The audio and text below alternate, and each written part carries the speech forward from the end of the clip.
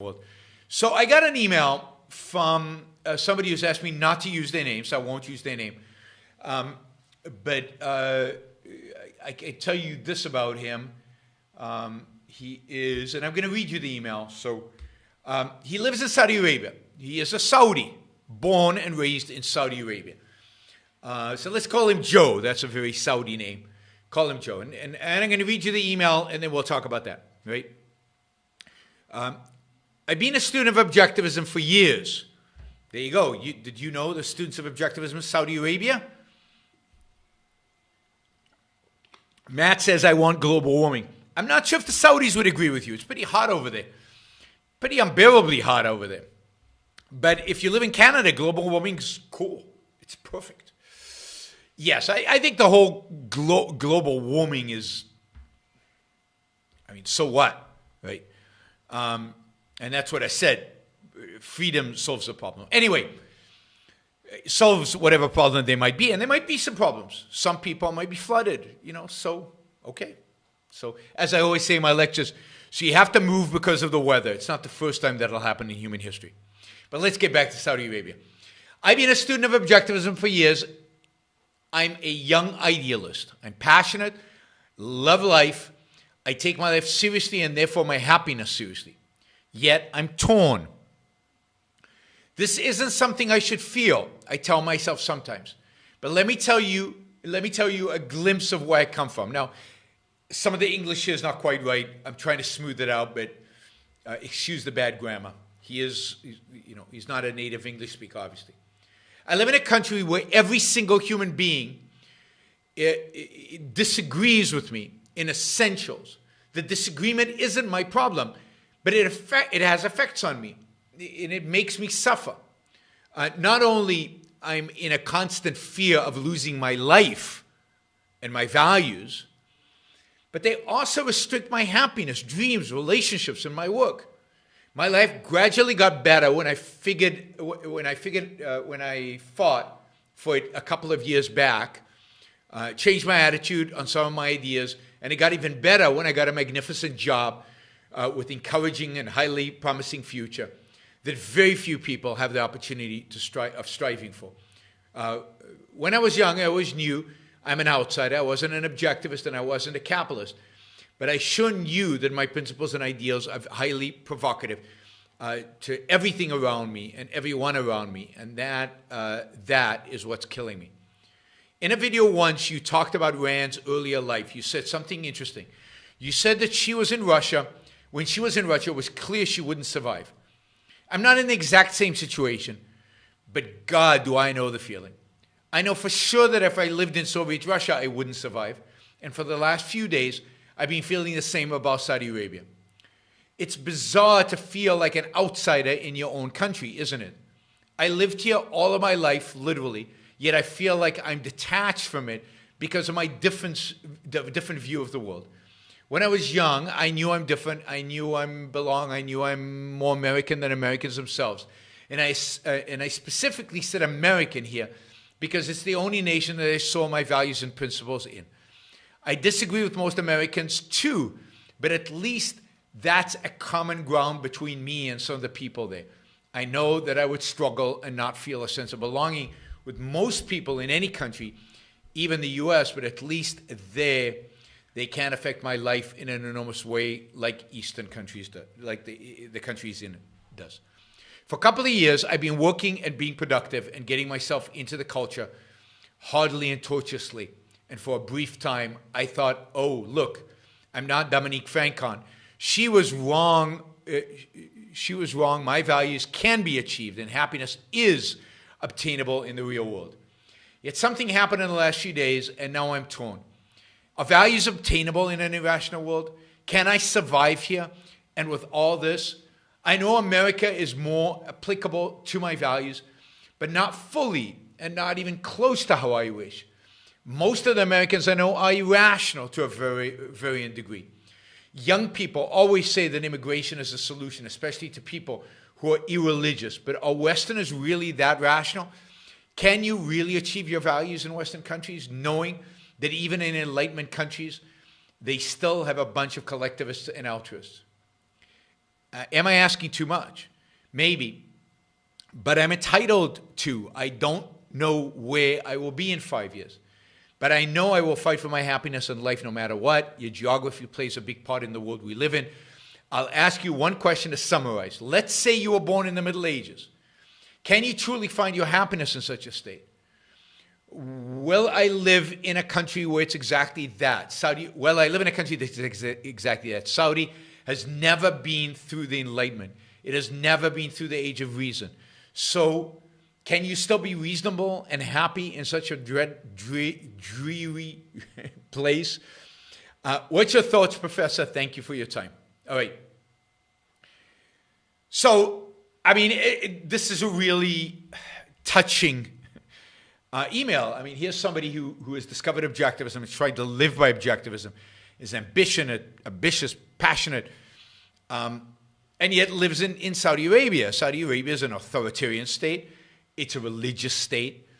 It's a state that in many regards is, as he writes, still in the Middle Ages. Now, it's a little better than the Middle Ages because he has email and he can write and he can listen to your Unbook show and he can read Ayn Rand and he probably has, as he says, he has a good job and at least the job is productive and exciting and interesting. So in spite of how bad Saudi Arabia is, and it is, it's not the Middle Ages because there's certain values that can be achieved. I think it's almost impossible for most people, for 90+% of people to be happy in the Middle Ages.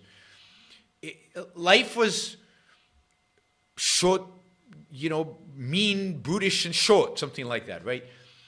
It was horrible. There was very little time for happiness, very little time for yourself, very little time to do the things that you love doing. It was all about survival. People eked out survival. Right? So the Middle Ages was worse, and I don't think one can attain happiness in the Middle Ages. Saudi Arabia is a little better in that you can at least pursue a career, in that you can at least travel, and you can, because of technology, you can experience different things about the world that are outside of the Saudi culture. But here's the thing.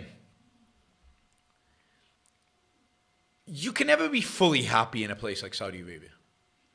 You can never be fully happy in an authoritarian state. You can never be fully happy when the culture around you, it's not just the state, but the culture around you is a culture that is anti your values, that contradicts the essentials of all your values. A culture that in many respects is a culture of the Middle Ages, while you're trying to live a life, a real life, a 21st century life, a secular life and a religious culture, a super religious culture. I don't know how romantic love is possible in a culture like that, given the view of women in the culture. And you could go on in every aspect of the culture. So it doesn't surprise me that you have these highs and these lows, because you might do really well in your work, but then something will happen that's related to the culture around you, the people around you, the people you work with or you work for, that is completely contradicts your values. So I don't think you can maximize your potential, and that's possible that you can't maximize your potential even in the West today, even in America and Europe today. But I think you can get far, far closer to your potential in such an environment. And in that sense, I do think you have to take very, very seriously the idea of immigration. Life is too precious. Time is too precious. We have limited freedom everywhere in the world. But some places are freer than others. But it's not just the political freedom that's important. It's the culture that's important. While it is true it is true that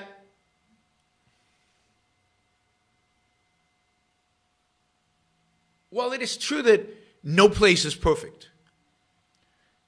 The culture in the United States is generally a culture, at least in some parts of the United States, of entrepreneurs, of people achieving things, of people succeeding, of still elements of individualism here and there. A culture in America that's not oppressive. So yes, people are irrational. Yes, people are inconsistent. Yes, people, all over the place. Yes, altruism is prevalent. Yes, Christianity is prevalent. But they leave you alone. The great thing about American culture is it leaves you alone. It doesn't try to impose itself on you. Whereas the Saudi culture, most authoritarian cultures, are cultures that try to impose themselves on you. So you have a lot more freedom, a lot more ability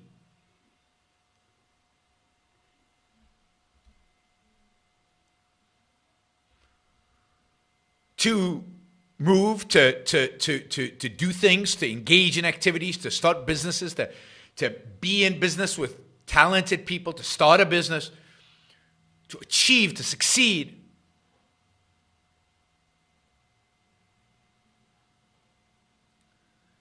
It's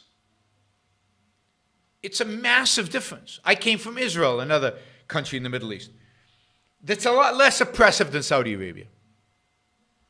And the difference is enormous. And a big part of the difference is the independence that you feel in America. You don't feel like your neighbors are looking over your shoulder. You don't feel like everybody is your family member or that your family is everywhere, like it is in Saudi Arabia or to some extent Israel. So no, I think if you really care about your happiness, if you really care about living the best life that you can live in this world, in this imperfect world, then you got to get up and you got to leave. You got to find a way to immigrate. You got to find a way to leave. And I know it's hard. I did it, so I know it's hard. And I know the place you're going to is not going to be perfect. But it doesn't need to be. What you really need in life is to be left alone, to be allowed to pursue your own values, to not be judged constantly. And the fact is, if you're looking for people with values like yours, you're not going to find more objectivists than you will in the United States or Europe, the places in Europe. So you're going to find kindred souls, and you're going to find a world which basically says, go live your life. You can live your life. Yeah, we'll tax you, we'll regulate you. But in many respects, the culture itself is a culture that leaves you alone, a culture of individualism. And the difference will shock you, the difference between that and a culture of collectivism in which you live. So I would encourage everybody living in these conditions. I get emails from many Arab countries, from people who are reading Ayn Rand and enthused about Ayn Rand. I've been invited to speak in some of them even. And all over the world. And your primary focus in life should be, your moral purpose in life should be, to get yourself in the best situation possible for your happiness. To not be encumbered by history or by family or by tradition or by the fact that you accidentally was born in a particular geography or particular country in a particular place. You can move, so move. It's true within the United States, that's true out of the United States. Find the best place in the world where you can achieve your values for you and go there. And to begin with, I wonder if I can ask you to capsulize, I know this is difficult, can I ask you to capsulize your philosophy? What is Randism? First of all, I do not call it Randism, and I don't like that name. I call it Objectivism. All right. Meaning a philosophy based on objective reality. Now let me explain it as briefly as I can. First, My philosophy is based on the concept that reality exists as an objective absolute, that man's mind, reason, is his means of perceiving it, and that man needs a rational morality. I am primarily the creator of a new code of morality which has so far been believed impossible, namely a morality not based on faith. On faith? Not on faith, not on arbitrary whim, not on emotion, not on arbitrary edict, mystical or social, but on reason, a morality which can be proved by means of logic, which can be demonstrated to be true and necessary. All right, all right. Now, may I define what my morality is? All right. Because this is merely an introduction. My morality is based on man's life as a standard of value. And since man's mind is his basic means of survival, I hold that if man wants to live on earth and to live as a human being, he has to hold reason as an absolute, by which I mean that he has to hold reason as his only guide to action, and that he must live by the independent judgment of his own mind, that his highest moral purpose is the achievement of his own happiness, and that he must not force other people, nor accept their right to force him, that each man must live as an end in himself and follow his own rational self-interest. May I? All right, before we go on, reminder, please like the show. We've got 163 live listeners right now, 30 likes. That should be at least 100. I figure at least 100 of you actually like the show. Maybe there are like 60 of the Matthews out there who hate it. But at least the people who are liking it, you know, I want to see a thumbs up. There you go. Start liking it. I want to see that go to 100. All it takes is a click of a thing, whether you're looking at this. And you know, the likes matter. It's not an issue of my ego. It's an issue of the algorithm. The more you like something, the more the algorithm likes it. So, you know, and if you don't like the show, give it a thumbs down. Let's see your actual views being reflected in the likes. But if you like it, don't just sit there. Help get the show promoted. Of course, you should also share. And you can support the show at JeronBrooksShow.com/support, or on Patreon or Subscribestar or Locals, and show your support for the work, for the value hopefully you're receiving from this. And of course, don't forget, if you're not a subscriber, even if you just come here to troll, or even if you're here like Matthew to defend Marx, then you should subscribe, because that way you'll know when to show up. You'll know what shows are on, when they're on. You'll get notified, right? So, yes, like, share, subscribe, support. Like, share, subscribe, support. There you go. Easy. Do one or all of those, please.